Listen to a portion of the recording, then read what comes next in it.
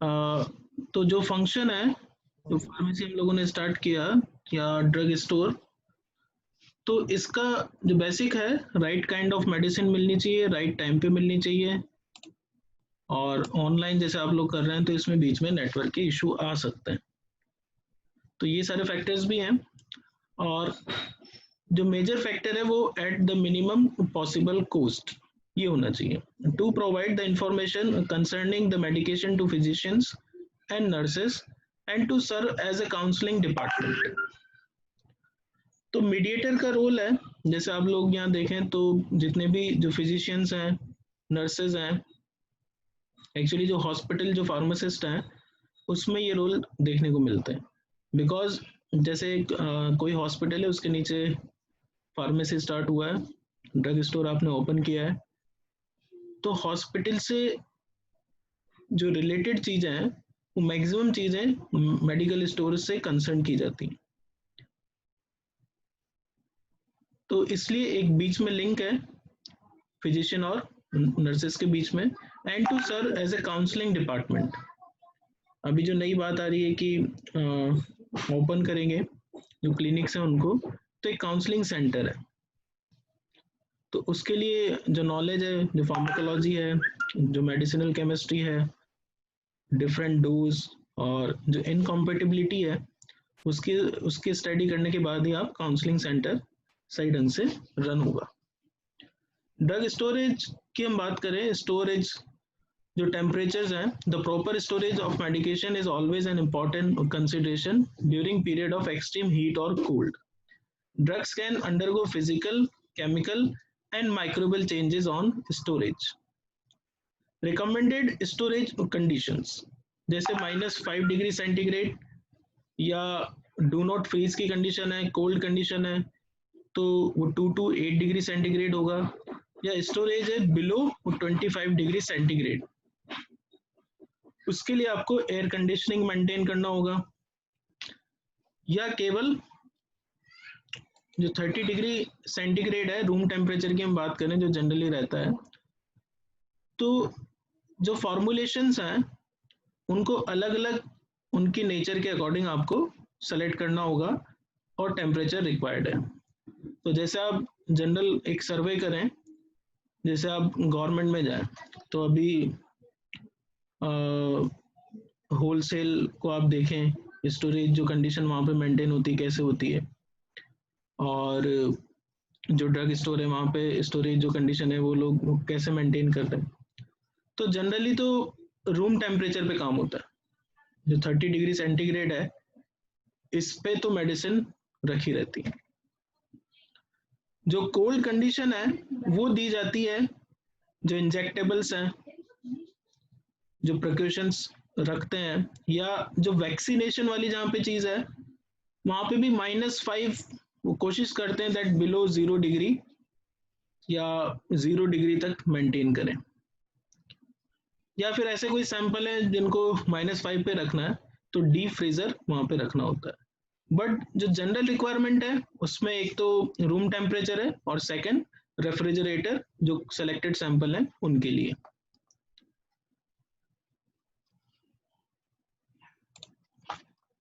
Next is drug storage. तो इसके लिए आपको एक लोकेबल रूम चाहिए, एडिक्वेट लाइटिंग चाहिए, temperature of below 25 degree centigrade with air conditioning unit that operate 24 hours per day and are connected to an emergency power supply, a vaccine refrigerator for the storage of vaccine and antivenom, a nominated refrigerator for cold storage of pharmaceutical product that required refrigeration, adequate shelving for appropriate storage of the different categories of drug। यानी कि अगर आप storage पे आए तो सबसे पहले तो एक लोकेबल रूम होना चाहिए जहाँ पे भी आपने स्टोर किया है, क्योंकि अगर आप स्मॉल स्केल से देखें तो जिस जो प्रोडक्ट की सेल ज़्यादा हो रही है उसी को आप ज़्यादा स्टॉक में मंगाएंगे, तो उसके लिए जो स्टोरेज रिक्वायरमेंट है एक लोकेबल रूम होना चाहिए।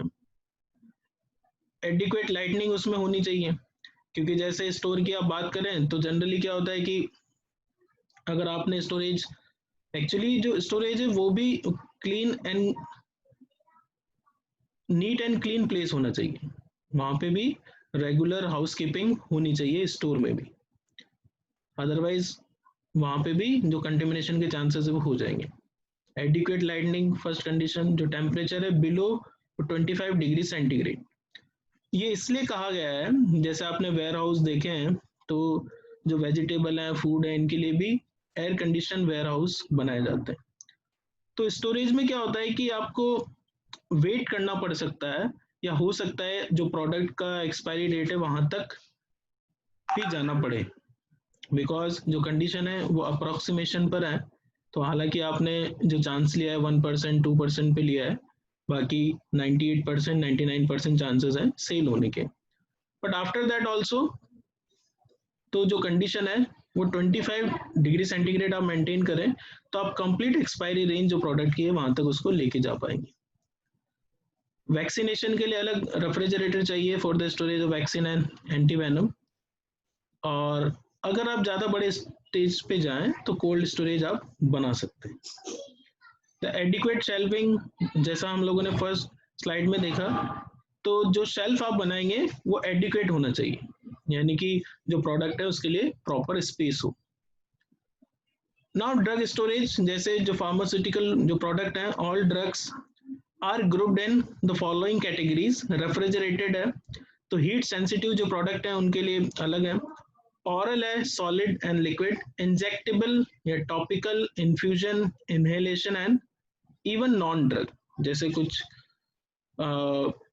न्यूट्रास्यूटिकल पार्ट है, कुछ कैंडीज हैं, बिस्किट्स हैं, फूड ग्रेड में वो आ सकते हैं, बट फिर भी आप अपने शॉप पे रखते हैं ताकि अगर किसी को रिक्वायरमेंट है, जैसे जो पेशेंट है आ जाता है कि एक बिस्किट का पैकेट चाहिए तो होना चाहिए, तो नॉन ड्रग पार्ट है, फूड आइटम है, पर स्टोर में रखा जाता है।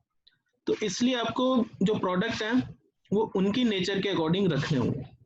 लिक्विड है, अम्बर कलर जो बॉटल्स हैं जैसे, तो इनको आप जो कोल्ड साइड है या डार्क साइड है उसमें रखने की पूरी कोशिश करें, डायरेक्ट सनलाइट नहीं जाना चाहिए।